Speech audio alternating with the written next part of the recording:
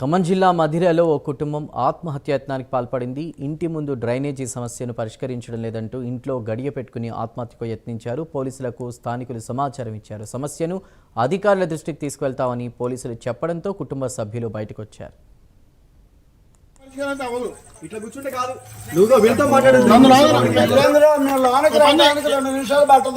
అయినా సరే ఎందుకు బయటలు ఆడుతున్నా అర్థం చేసుకో. తర్వాత జరిగే తర్వాత వస్తున్నారా? నీ తప్పైంది, తప్పు నీదే అయితే చెప్తున్నా. అదే చెప్పేది అర్థం చేసుకో.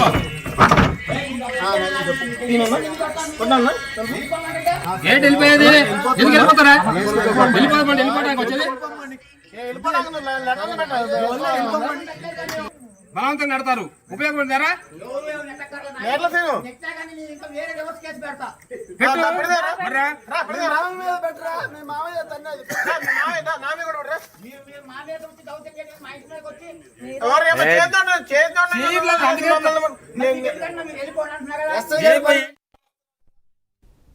వాళ్ళ పరిపాలన కోసం, వాళ్ళ రాజకీయ స్థితి కోసం, వాళ్ళు బతకడం కోసమే మరి పాలిస్తున్నారో ఎందుకో తెలియదు మాకైతే.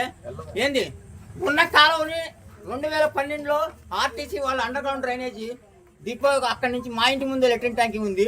మా పక్క నుంచి డ్రైనేజీ గోడను పడుకుంటా చెరువు కాడికి పోయేది. దాన్ని బూడిపోయారు 2012లో.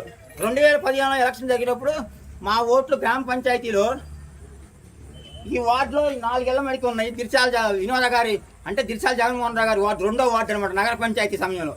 అప్పుడు మా ఓట్లు 5 ఓట్లు వెనక వార్డులో పోయి నా ఒక్క వార్డే ఈ వార్డులో ఉంది. దిర్చాల జగన్మోహన్ రావు గారు వచ్చిండు, ఇంకొక ఆయన వచ్చిండు. పార్టీకి నాకు ఓటు అయింది అన్నారు. అంటే మేము ఏ తెలుసుకోలేదు, అంటే నాకు వేయాలనిపించట్లేదు అన్నాను. ఎందుకంటే